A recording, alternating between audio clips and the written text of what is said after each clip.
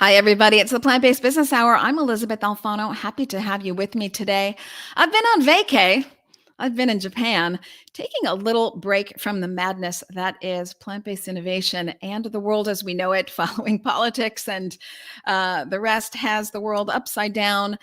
Which is why, when I returned to the United States, I thought to myself, perhaps I should talk to the journalist who wrote an article in Bloomberg calling plant-based foods, specifically plant-based meats, a fad, no longer a trend. Right before I left the US, it had upended my world, I'll say, in that everyone was talking about it. I wanted to get to the heart of it. So here she is. I want to bring on today's guest, Deena Shanker, food writer for Bloomberg.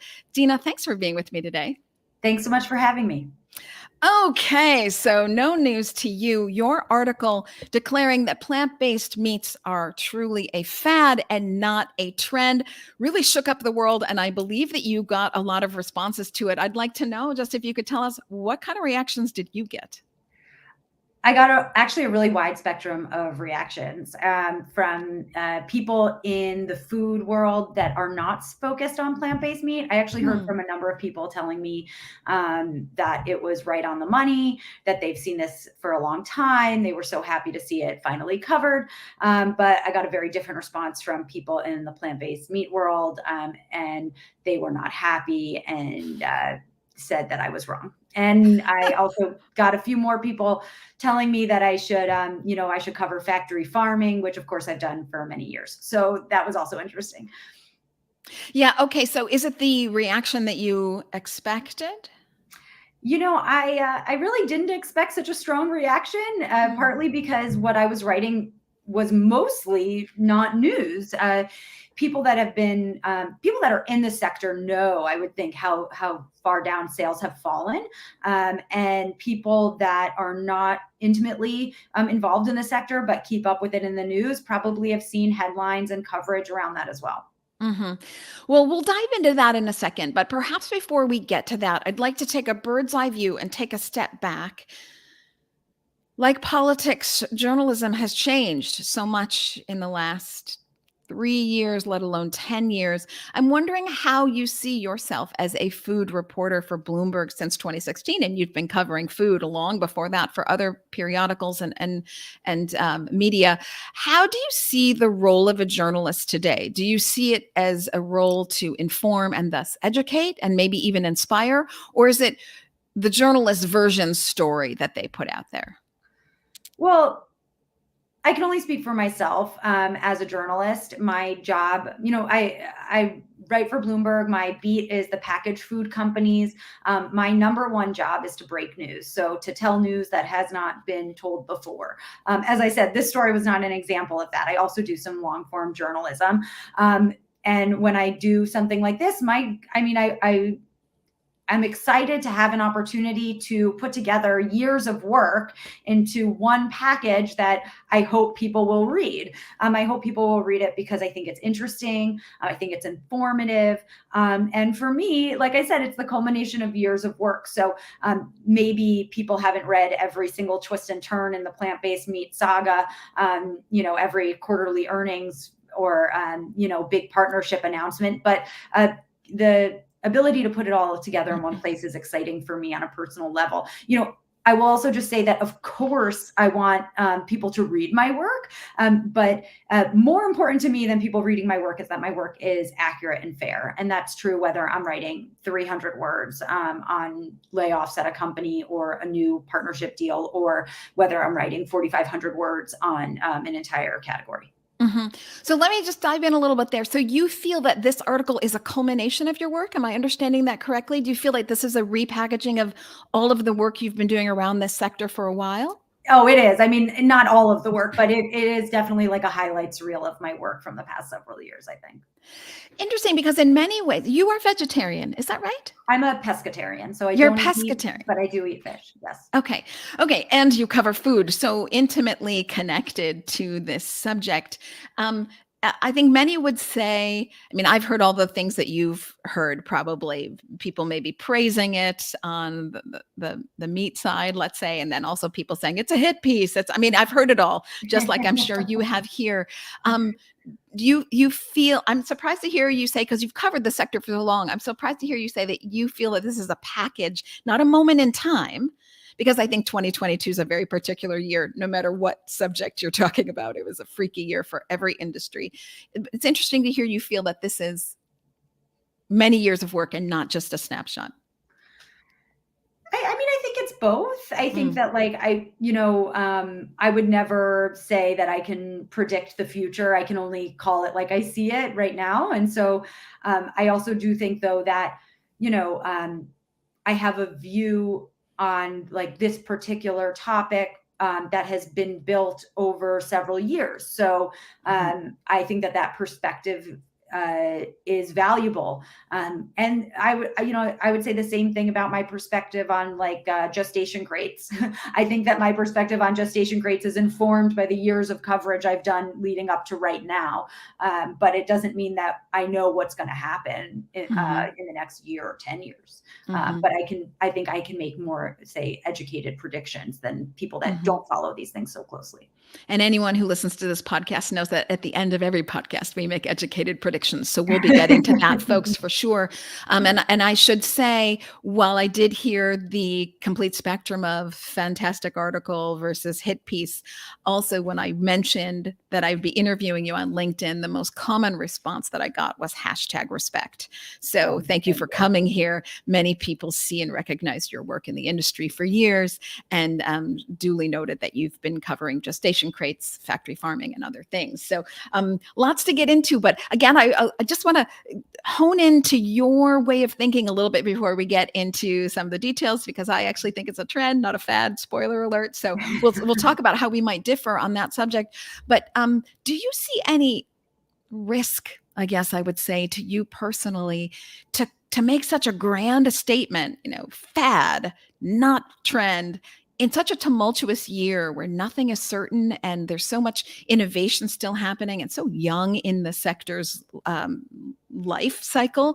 Do you see that as kind of risky to go out there, and maybe this will come back to bite you, and who knows, 2025? What do you think? Well, number one is if it turns out that if there's a big comeback in this sector, I'm going to pitch that story. I'm going to pitch it to Business Week, and I'm going to say, give me that cover again, because I want to write that story again. Or write that story, not again. But it's funny, actually, the first feature I did for Business Week was back in 2019. And it was on the same topic, and it was all about how hot the sector was. So I've covered this from the ups and the downs. Now, is there a risk to me? I mean, I think as a journalist, there's always a risk that you're wrong. But my conclusions that I've made are based in reporting that I've been doing for years. And so, and we can get into some of that, I think, in more detail. But so we didn't use the term fad lightly. I will put it that way. Yeah. And then after fad, you said flop, that it's turning out to be a flop in the. Yeah. Well, that too. Yeah, yes, you did. I didn't choose that term lightly either. So let's get into it. Lots of details to discuss here. Let's first go over performance. Again, I want to say 2022, this will not be news to anyone, was a funky year in the markets. $33 trillion left the stock market to sit on the sidelines. Kathy Wood, someone you might know as an asset manager in the stock market, I think she was down 68%, almost 70% in 2022. Most people still believe in Kathy Wood despite that awful number. Jensen Huang, CEO of NVIDIA. I'm talking about different sectors here, but only to show that it was bad across the board. I will just say, though, it was bad in a lot of ways, but actually the packaged food company index was up 4%. Because people do still need to eat, and of course, we're still making a lot of money selling food. So of course, and people go back to staples and they rely on that which is less expensive, which one would expect them to do in inflationary times. This is why I go back to that thought: is it so risky to pick a bad moment in the economy to lay down your cards? But we've talked about that, and you already have. So let's get into maybe some of those numbers. So yes, IRI numbers, you noted them in the article, down in the refrigerated section, 13.5%, but less so in the frozen section, such that, I'm talking about dollar sales now, it evened out to basically be flat for the category for dollar sales, refrigerated and frozen. The latest dollar sales I've seen are also down. Oh, no, sorry, I take that back. The latest volume sales are Volume down. sales, right? Volume sales. Volume are sales down. different than yes, definitely. And that to me makes a lot of sense. So when you look, you're down year over year. So when you look at, like, all of my family travel plans in 2021 were canceled. We all stayed home. COVID was still very much a part of our lives. That's in addition to 2020. So when you're staying home, you're eating more, you're buying more. And, for a lot of families, they still had university kids on the couch. They were feeding extra mouths as well as staying home longer. Now, back in 2022, everyone's back at work. Kids are back at university. People are eating in restaurants again. People are eating, out after work, et cetera. So this, yes, it's a bad year. I don't negate the numbers, but you also see numbers moving towards food service. From my interviews on this podcast with Dot Foods, which is an industry leader in terms of distribution, the year over year plant-based foods for food service are up 38%. Adexo and Aramark are all saying that they're going to double their plant-based options. So again, grocery store numbers not great, but people are shifting how they consume. What do you think about that? So they are absolutely shifting how they consume. And one thing that I've talked about with some of my colleagues and we talk about internally is when we talk about year over year comparisons, like what year should we be comparing to at this point? Because if you had asked me 5 years ago, year over year was like a perfect little way to see change happen. But then, of course, the pandemic really changed everything. So, we certainly never compare anything to 2020 because 2020 was like a aberration. Exactly. 2021 was still a normalizing year. So that's why I actually used 2019 as my year to compare the metric we had was restaurant burger sales. Mm-hmm. And what we had, and I just want to make sure that I have the right numbers. I'm just pulling it up on my screen. So we had in food service outlets, sales for plant-based burgers were down 9% at the end of November of 2022 compared to November 2019. So that means that burgers peaked in restaurants, or they were higher in restaurants. I think we can probably fairly guess that they peaked that year in 2019 before the pandemic. That means that they have not bounced back to their pre-pandemic level, which, tells me something. That tells me that people, they're going out to restaurants. We have seen, obviously, restaurants are filling up again, but people are not. That's not what they're ordering. I don't think that I don't think that we can compare to, say, 2022 without looking at what things were doing in 2019, especially when we're talking about in restaurants. Yes. And I love that you bring this up. Again, for me, this conversation being holistic in its nature for an entire food sector, not one or two company based and not one or two product based. So it doesn't surprise me that burgers are down because since 2019, you've seen a plethora of other kind of products come in, sausages and chicken and nuggets. And, I think people were naming, I want to say it was 2020, but it could have been 2021 of the year of the plant-based chicken. So I see more products coming in. And so to me, that's not surprising. When I look at some of the data for restaurant plant-based food choices, I see that restaurants, according to Data Essentials, have more plant-based food options, 48% as opposed to what they had before, 30% in 2012. So, and I look at definitely, I would say more restaurants are adding these foods to their menus, but that doesn't mean that more people are ordering them.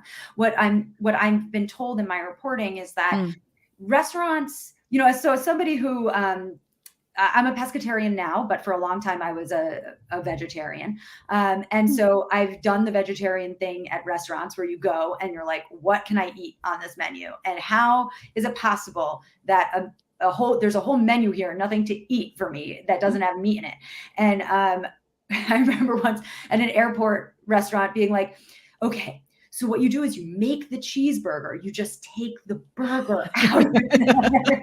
Restaurants are finally catching on that they need something on their menu for people that don't want to eat meat. And that is why they are adding these products. And these products serve a great purpose there, where it makes it easy for the restaurant because these products are pretty convenient to cook for the most part, as they're designed to be. And it makes it easy for the vegetarian. And that means that the restaurant doesn't lose an entire group because the vegetarian doesn't have anything on the menu. But that does not translate to displacing meat, which was the general goal of this whole category. And I will say that that number, that 9% drop since 2019, it's not in our story, but we did ask for the number of how burger sales were doing, like beef burgers, and burger sales were up. So if we're comparing, that's one of the tricky things I think about this category is when you compare, a Beyond Burger or an Impossible Burger or whatever plant-based burger to your standard burger. I think that in this case, it makes sense to say burger to burger, and burger to burger, beef is up and plant-based is down overall sales. And that's not for menu penetration, which is different. Yeah. So my thought process there is, if you look at, and we'll talk about trends at the end of this show. I want to first get to more of the details and data, but all of the studies say, like Rethink X and Boston Consulting Group, say that they anticipate that meat sales will continue to grow well into 2030. When you talk about shifting the global food supply system because it's showing so many stress cracks, we'll talk about it as we go on in this show, but pandemic risk and food insecurity around the globe. This has been underscored by COVID and wars. We see how fragile our global food supply system is. When you change something that large, it's like turning the car while you're driving it. You still have to feed people and change things slowly. So it doesn't surprise me that meat consumption is up, particularly when we look at global numbers. I know you're a US reporter, but we look at global numbers, China and India moving into middle class range and having more disposable dollars and moving into things like meat. So in the short term, I would expect meat to be up. So that doesn't surprise me. But again, just as I'll note some of the stats that I have, at least for food service, I see an article from Food Business News noting a study from Forward Food saying that by 2025, they anticipate 50% of all institutional meals, so cafeterias, corporate and universities, and will have 50% of their items plant-based. Now, that might be plant-based burgers. That might be rice and beans. So not everything will be a plant-based burger. It's interesting. I think one area where sometimes a little bit gets lost is the difference. My story was about plant-based meat, and I think, listen, everyone wants to lower their carbon footprint, and that we're seeing from groups like Sodexo and Aramark. Yeah, it's a pretty basic way for them to do it is to take meat off the menu, right? Because beef has such a big environmental impact. And so they're finding ways to increase the number of non-meat options on their menu. So sometimes that is going to be like a plant-based meat, but sometimes it's not. And I think what we'll see is over the next few years, these companies are going to figure that out on their own. And it's going to depend on, a company like Aramark. They serve meals at the baseball stadium. They serve meals at a college campus, and they serve meals in prisons, and they serve, hospitals everywhere. So what works in one setting is not going to translate into every other setting. And they're going to have to figure that out. I know that they do have these goals to increase the number of plant-based offerings as a proportion of their menu. And I think that that's awesome. I mean, I say that as somebody who's looking for those things myself. I say that as somebody who cares about the environment, who believes consumers should have more choices. I think we'll have to wait to see how that shakes out. I think that plant-based meats offer something to food service companies that something like rice and beans doesn't, which is it's a lot easier. It's very easy to have an Impossible or a Beyond Burger on the menu, but that doesn't necessarily translate into that's something that people want to buy, and that will depend on the venue. So we're going to have to wait and see on that one, how that shakes out. again, that risk of like declaring something so early, I think of all the innovation that is still coming down the pipeline for traditional plant-based meat, which is what your article talked about. But of course, we know that there's more things in alternative proteins and plant-based innovation than plant-based foods. There's precision fermentation and cultivated meat. We'll end the interview talking about cultivated meat. But I think there's a lot of innovation still at play to make these plant-based foods better, and then also even have more alternatives. And I love that you mentioned, because it's something that I talk about a lot on this podcast, that ultimately the consumer wants choices. And this is one of the reasons at the end I'll conclude for me that this is a trend going through some shifts, but it's still a trend.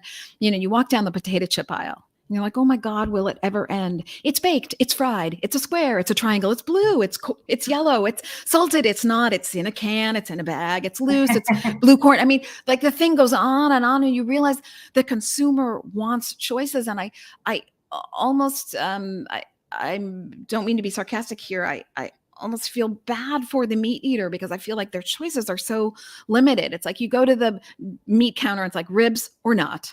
But why shouldn't they have factory ribs, grass-fed ribs, plant-based ribs, rib tips that are plant-based? You can go all the way down the spectrum to raw vegan vegetables or something. So why shouldn't they have options in their protein section? So maybe we can talk about that a little bit. A big part of your article was also on health and the health benefits or not. And I think this is where it gets, to me, the diciest. You pretty clearly feel that this is not a health food. Am I summarizing that right? I would just say it's not that I feel that it's not a health food. It's that I've not heard from a single person that isn't selling these products that it's a health food. So health professionals do not call it that. Interesting. Okay. So I've had, Dr. Kim Williams, the lead cardiologist from Rush Medical Center in Chicago, who's now moved to Louisiana Medical Center. He's the past president of the American College of Cardiology, say specifically that he sees these are healthier than. Nothing's a carrot. Well, right? Healthier than is very different than health food. Well, define health food, right? So health food is something that is promotes health. I'm just trying to think how to just. I would say that have you ever met a doctor that just says you should eat this, or is it usually you should eat this instead of, or is this a better choice, or is it maybe it's a better choice? I've never heard any health professional that gives the kind of recommendation towards plant-based meats that they would give towards something like lentils or chickpeas. In fact, what I've heard actually over and over again is, if only people would eat lentils and chickpeas, then we wouldn't need, products like these. I love to eat lentils and chickpeas, but for the masses who can't stand them, they should eat these meat alternative products, which, listen, I love lentils and chickpeas. I think a lot of people would like them if they just tried them. And sorry, it's like country music. You just have to try it, and then you realize that you love it. I'll make that comparison. You are. But I think that that's the thing with this stuff, is it's not. I don't know that. I think people want to say it's healthier-ish, maybe, and that's the point. Healthier.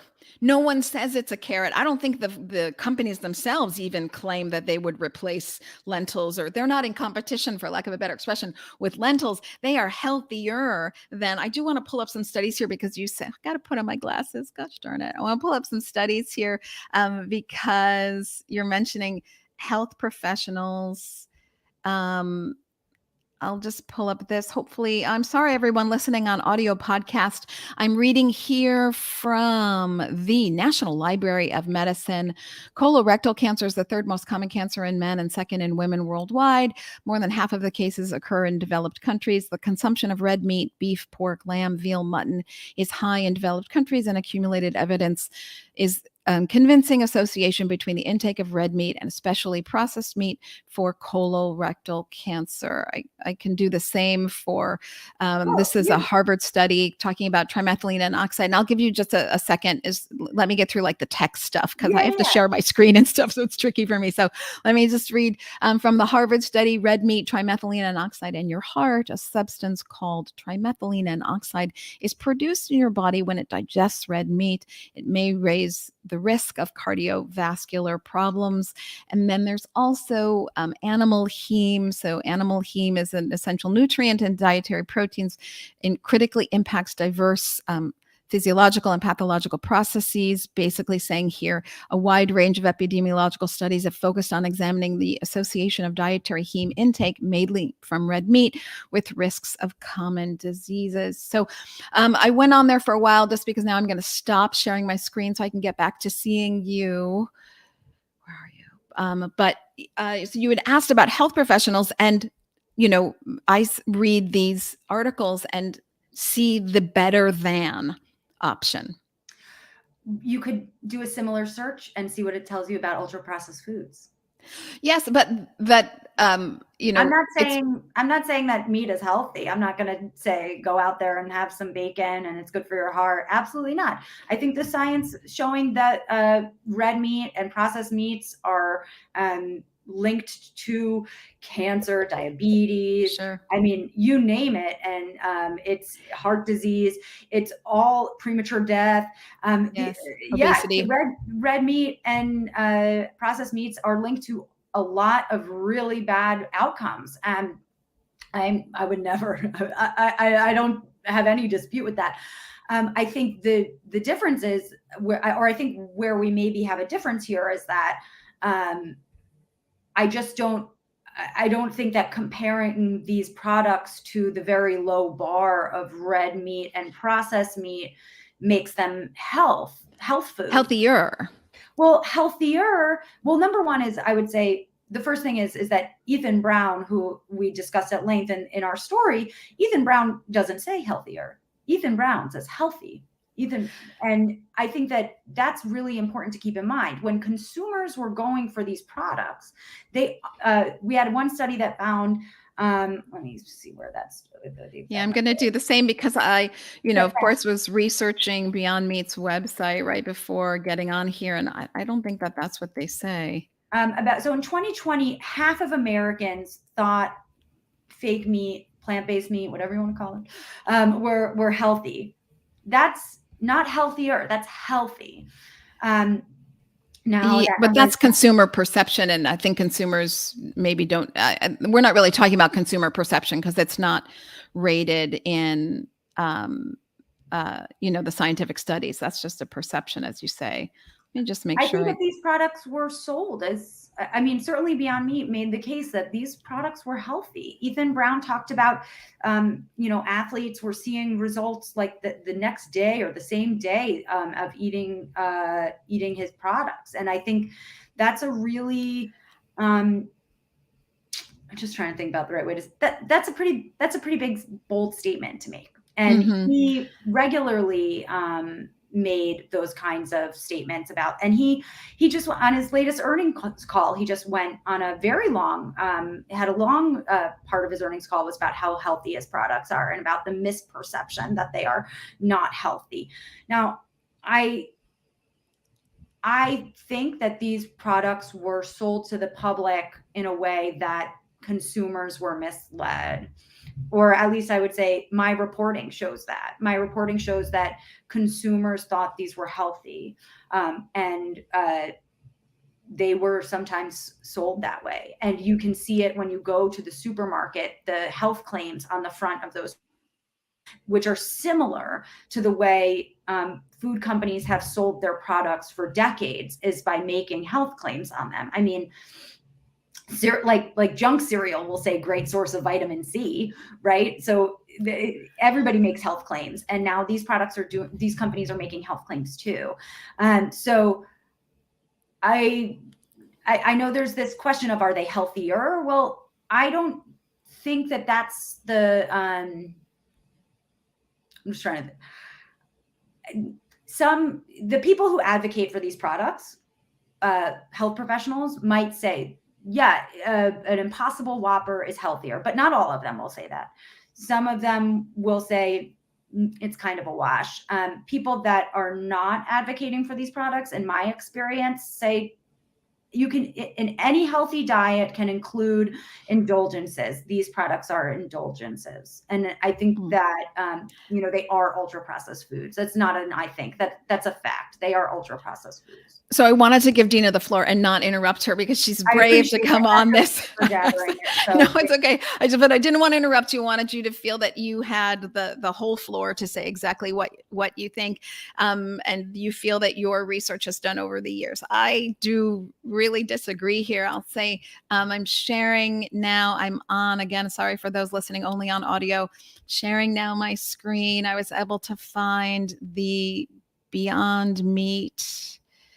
Oh dear.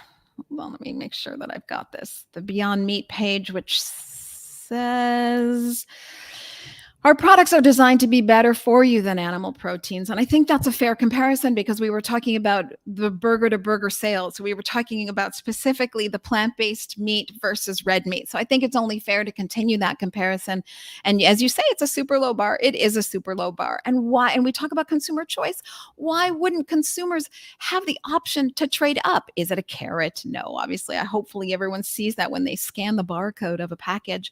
But they should have the option of having something healthier. So when you say that they say that they're a health product, here I'm just going off the website, that products are designed to be better than, but obviously it's not a carrot. And then number two, we don't suggest our plant-based proteins are swaps for whole fruit and vegetables. So anyway, from my perspective, I feel that that's important to note.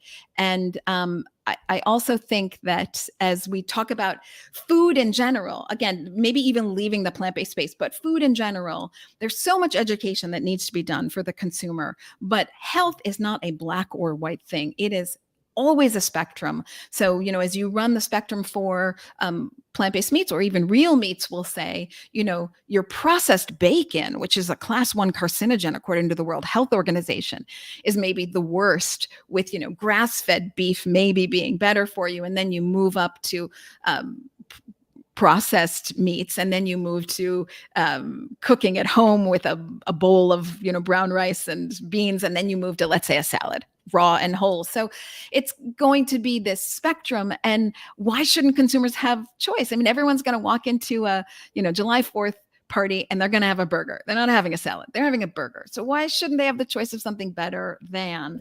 So maybe we disagree here. Hey, I am not advocating for taking these products off shelves. I think consumers should have choices. One other thing. So as I said, I don't eat meat. I'm not advocating that anybody should eat meat, but I will just say that when we talk about healthier than, and we talk about people wanting to make good choices for their health, at that July 4th barbecue, some people might say, well, I'd rather have a grilled chicken breast. And I think that would be a healthier choice than ultra processed food. But I think that choices, it's like, listen, health is a big and nebulous concept, and different people have picture different things when they think about what health means. What health means to me could be very different from what health means to you. So of course, yeah, put all the choices out there, make them tasty, make them, appealing. Absolutely. Yeah. And even if we were to assume a very equal low bar, let's say, and this is not the case, the World Health Organization again says processed meats class 1 carcinogen. That's not the case with plant-based meats. So already you have this enormous carcinogen risk that you don't have with a processed burger. And then there are so many topics to discuss here. We talk about innovation happening daily for this sector. So it's hard to put a stake in the ground and say, oh my God, I've declared it over. You see all the companies that are innovating to have clean label products and to not be that, guilty pleasure of being, what you have at the July 4th cookout, but actually being a healthier product. And a more clean label product. And I can read the label for Beyond Meat. Their steak just came out, which is a pretty clean label. I can read that in a second. So again, lots of things happening, like even during this conversation, more innovations happening. But, as you speak to that chicken breast, I think like, even if we call processed being the same, which they're not, you still don't have trimethylene N oxide, cholesterol, animal heme, antibiotics, hormones, all this kind of stuff. So, and of course, meat has no fiber. So hard to have a healthy diet with no fiber. I will just say, a few years ago, I wrote a whole story just about how great fiber is. So you'll never hear me say a bad thing about fiber. I love fiber. Everybody should eat more fiber. It's like the one nutrient in the American diet that we don't get enough of. We have plenty of protein in our diet, no matter how you eat. Well, but fiber we could all use more of. No argument for me. Yes, I completely agree. And I'll say, as throw myself under a bus here, I didn't realize that meat didn't have fiber, because you look at it and you think, well, it's fibrous. It looks like it has fiber. I mean, I didn't know until I really got into this sector and around the time that you started covering for Bloomberg in 2016 and I was shocked that my meat didn't have fiber. This is why when you mentioned consumer perception, my heart going out to the consumer, because I feel that they should have more choice in their meats, whether they choose, grass-fed or plant-based or however they choose it, they should have choice.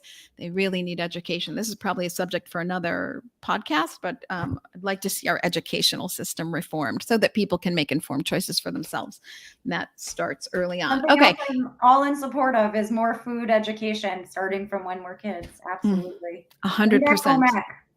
We should all know how to cook. Yes, agreed with that.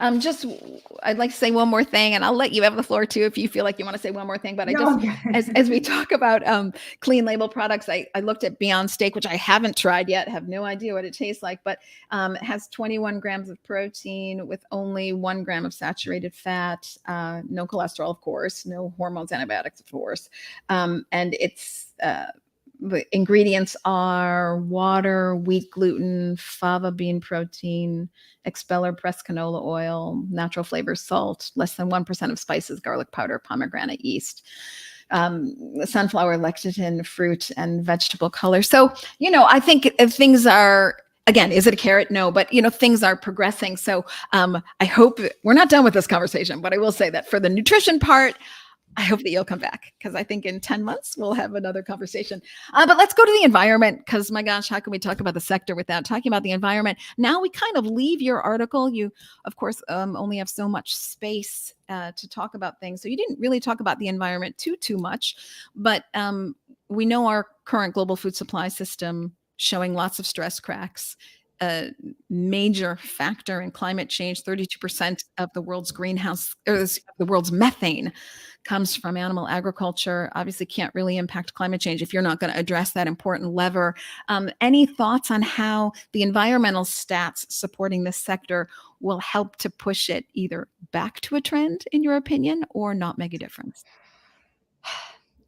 I think, unfortunately, and this is in food and in all the other consumer product categories, I just don't think that American consumers make their choices based on the environment. And so, there's no question that beef is a major contributor to man-made greenhouse gases, and that reducing the consumption of beef would be good for all of us. But when we make our choices at the supermarket or wherever else we're buying stuff, and this is especially true when we are dealing with a tight budget, it just doesn't rank as a driver of our behavior, unfortunately. I totally agree with you. But you opened the door for our trend or fad conversation, if you will, as to why I believe this is a trend. Consumers don't make that choice about the environment. Ultimately, they really make the choice with their wallet. It's so price driven. And again, another reason I believe this is a trend is because as the price comes down, I think there'll be more mass adoption, and we can talk about what an S-curve adoption looks like. But even if consumers aren't making the choice, governments are and industry is. And so for me, when I look at Perhaps not today in funky 2022. And sadly, I think 2023 is not going to probably be a great year in the markets either. But as we look forward thinking, we see the SEC is considering forcing disclosures for scopes 1, 2, and 3, folks. That means up and down the supply chain, letting people know where their emissions are coming from. Industry is under scrutiny. And as you see governments more concerned with food insecurity and tackling climate change, you see these enormous investors, according to Fair Farm Animal Investment Risk and Return in a recent GFI report, you see that 35%, up from 28%, of industry leaders, major legacy food manufacturers, 35% of them are investing in plant-based and alternative proteins. So even if the consumer doesn't vote that way, I see the other two major factors, governments and industry, paying attention to that. What do you think? Well, a few things. One is that, yes, they are definitely paying attention to that. Go back to like the Sodexo, Compass, Aramark, adding it to their menus. They're not going to keep anything on their menus that isn't selling. Sure. And so, they will add a range of options. Some of them might be like a plant-based meat burger. Some of them might be a bean burger, a lentil bowl, whatever. Some of them, if they're looking to reduce their greenhouse gas, their footprint, they might add chicken instead of beef. I think that we will see companies look to reduce their environmental footprint through food. I think it's a huge opportunity for any company that sells food, whether it's the primary thing they sell or just one of many things that they offer, like a hotel, for example, that it's a great lever for them to pull. But I don't think that they're going to keep offering something that nobody's buying. And I think that plant-based meat is just one way for any food offering to change its greenhouse gas emissions. And we'll just have to wait and see what direction it takes. I mean, schools, for example, might want to put plant-based chicken nugget on their menu, but if none of the kids are taking the plant-based chicken nuggets, they're going to take them off and they'll try something else. And so, ultimately it does come down to what consumers do, not just what institutions do. Yes. And I see consumers as, and maybe I should pull up the S-curve, but I'm so not savvy with switching from screens. So let me first explain my thought, and then I'll try to fool around with the buttons. As price comes down and as innovation becomes better, and as marketing shifts to front of pack emissions disclosures, I do believe all these things working in tandem will increase consumer adoption. At the same time, I think we talked about those stress cracks.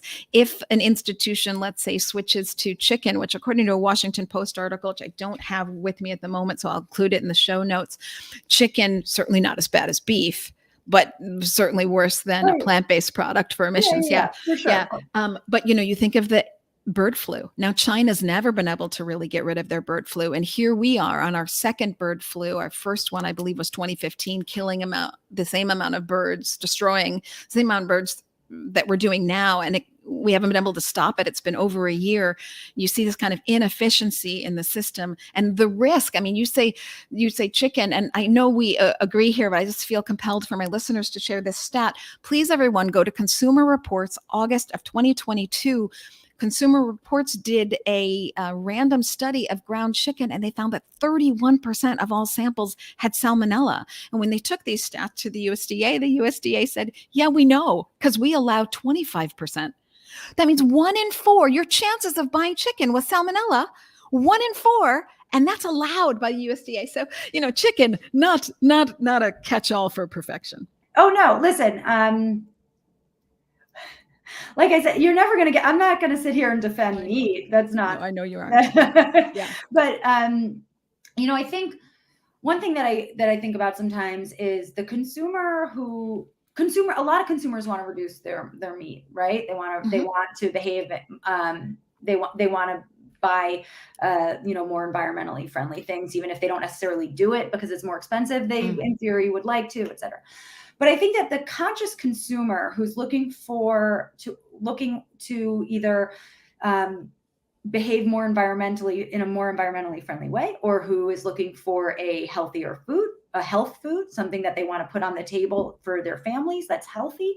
I think that there's that person, and that is the same person, that is the same consumer who is avoiding ultra processed foods. And I think that that is a big part of the reason why these products are struggling so much, is because this same person that they're trying to appeal to through some of their characteristics, the environmental footprint, for example, they are losing on other characteristics, like the level of processing or the sodium or whatever it is that somebody wants to point out on that nutrition panel that they don't like. That is the one and the same person. And I think that is a lot of the time. And that is what we found in our reporting, is that you talk to people who tried these products for health reasons. Often they leave for the same reason. Yeah, I love that you say that. And again, everybody, I want to give Deena the floor. She's so kind to come here today and share her thoughts. So I'm really being cognizant to not interject when I have like a thought and a thought and a thought. But I will say a little differently. Again, innovation happening like during this conversation, things are changing so quickly. So again, I look at that Beyond Meat steak, which seems to have really reduced the sodium. And so I think these products get better and better. I'm not really talking about Beyond Meat specifically. I think there's an entire sector to discuss, but I think innovation is getting better. But more on like a conceptual thought, I think everybody says they want to eat healthier. What you do and what you say are two different things. And again, people walk into a birthday party, they have birthday cake. They know it's not good and they're going to have birthday cake. I do it. I mean, you walk into a July 4th party, you have your burger. So what people say and what people do are two different things. 100%. Oh my God. I mean, anybody who's studied food knows that you can't trust any food survey data, because people say they're going to do something and then they do something else. And then if you ask somebody after the fact, they lie. They say, oh yeah, no, I only had 5 French fries when like they had like 12 or whatever it is. Yeah. It's like people's weight. Exactly. So, but I think that is that's another place that makes this hard, is that you're talking about some of people's favorite foods, and you're asking them, a burger, especially for a health conscious consumer, a burger is an indulgence. Like I'm going to like really enjoy this burger. So if this is going to be an indulgence for me, I don't want to cut corners on it. I just want to love my burger. And, as you talk about the innovation, and maybe it will change. Maybe at some point the plant-based burgers will be as good as the beef burger. But it's really hard to get people to give up something that they really love. Yeah, I know what you say there, and yet, and this is just kind of a difference of opinion. I think of sushi when I was going through college, kind of dating myself now. No one ate sushi. Sushi was like this weird thing that, and here we are. Like I have, I don't eat fish now, but I used to have sushi like twice a week, and sushi being something so readily that we've adopted in our culture, and it's not something anyone grew up in. It's not what their grandmother made them, none of this kind of stuff. So I do think food habits can change, and I see the plant-based consumer quite differently. I don't see them as the person ever thinking they want something healthier. That person can get a salad, and they usually do, or at least some of the time. And they cook at home usually. If someone's interested in being healthier, they cook at home. That's the Impossibles and Beyonds of the world. And there's there are many other foods out there before the butcher, Abbott's Butcher, many other options out there. That's for the person who's not going to cook at home. At least that's what I think. But I'd like to share my S-curve stat or graphic, because I think it's such a good one for people to see. And as we kind of wrap up our conversation and we think like, well, not where we are today, but where are we going? Hopefully you can all see this. I love this. Sorry for my scrolling, everyone. I love this S-curve image that we're making predictions now. So who the heck knows? It's the future. And if we run into another pandemic, Sorry, everyone. If we run into another pandemic, according to the United Nations, the top 3 reasons for the next pandemic, not the pandemic we're still in now, but the next pandemic, all related to eating meat, with the top 2 of the top 3 being the intensification of factory farming. I probably don't need to tell you that pandemics ruin job markets, ruin stock markets, are bad for society in many ways. So let's just put that aside. But as we look to this chart, you see, according to Synthesis Capital, Catherine Tubb, who also was the main researcher on the Rethink X paper, you see kind of prices coming down in here. Oh, I apologize, Miss Green and Purple. Prices coming down around 2026, 2027. People really choose things not by health, but by money. And so adoption coming around then. And then you see a tipping point around 2032 going up to like 2035. Deena, do you have any sense for if this is going to happen, or you think, no, it's a total tank from here on out? Well, first of all, a lot of people have said that my story says that the market is dead. I certainly didn't say that. In fact, we quote an analyst who predicts 1 to 2% growth in the second half of this year. So there was I did read this paper, and there was a point in the paper that I think was a bit fanciful, where it said, it mentioned a meat tax. That was one of the assumptions it makes, is that a meat tax. If you tax. Yeah.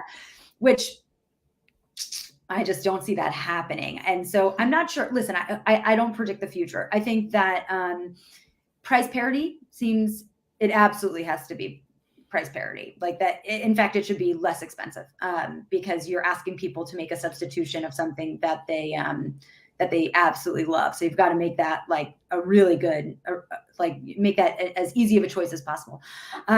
And then, it has to taste better. It right now just doesn't taste good enough for meat eaters to make the switch and to make it permanently. That's why so many people, dip in and dip out. If they loved the taste, they would dip in and stay in, but they don't. And then, I think that those are the big ones. I think, like I said, health is another area where consumers are looking for healthy foods. And I don't think that they feel, or consumers don't feel, that these are healthy foods. And so we'll have to wait and see. I don't know. I mean, I certainly, I don't place bets. I'm not allowed to as a journalist, and I wouldn't either way. I agree. Future yet to be written. Obviously, of course, everything depends on innovation. You hear the CEO of Maple Leaf Foods, obviously a meat company that is heavily invested in plant-based foods because they own Light Life and Field Roast. You see that CEO saying that's all predicated on innovation, and that's what the sector will last and grow at 10 to 15%. He does predict, but only predicated on innovation. That means prices coming down as well as tasting better. Obviously, who are we kidding? No one's going to eat that which they don't like. So a lot of pressure on those R&D guys, huh? And that's all predicated on investment. So something we didn't even really talk about yet, but where we see, this is why I hope you'll come back, so much to discuss, where we see the investment trend going. And of course, who would be better to have on this show than you? And of course, the fabulous Jen Bartashis. You referenced her when you said that the analyst from Bloomberg Intelligence, a sister or a part of the Bloomberg umbrella, says that growth in this sector will be 1 to 2%. Obviously, I thought that wasn't bad, given the bad economy. I was like, well, okay, I'll take it. Hey, growth is growth. Growth is growth. And I believe, because Jen was on this show the last week of December, and I asked her, given the awful 2022, do you want to revise your predictions for the plant-based sector? And she said, we're going to push it out a year or two because 2021, 2022 are just aberrational years that have put everything in turmoil. But otherwise, we're not changing our prediction from our research. I'm sort of paraphrasing her. I don't want to quote her because it was December, but that we're still anticipate 166 billion for the sector by about 2032, 2033, 2034. So, and I don't think Boston Consulting Group has revised their anticipation that it would be worth well more than that by 2035, 26, 27. So I don't want to wait until 2037 to have you back, but it does all remain to be seen. We're kind of wrapping up here, and I have a couple quickie personal questions before I let you go, but I just want to make sure you've had your voice in full. Is there anything else you'd like to add? No, I mean, listen, I could talk about this stuff till my face turned blue. So Yeah. I think it's really interesting. I'm excited to see what the sector keeps putting out. And yeah, it's there's a reason I cover this sector so closely. It's because it's very dynamic and it changes a lot every day. And I find it fascinating. So I'll Yes. continue to find it fascinating. As do I. I mean, this is the beauty that food touches our lives. So as we talk about health, but we could also talk about healthcare costs. We could also talk about cultural assimilation and how people adapt new habits and what they eat. I mean, it can go in so many different directions in addition to the investing and the government policy and the politics and national security issues around food. Interesting, interesting, interesting.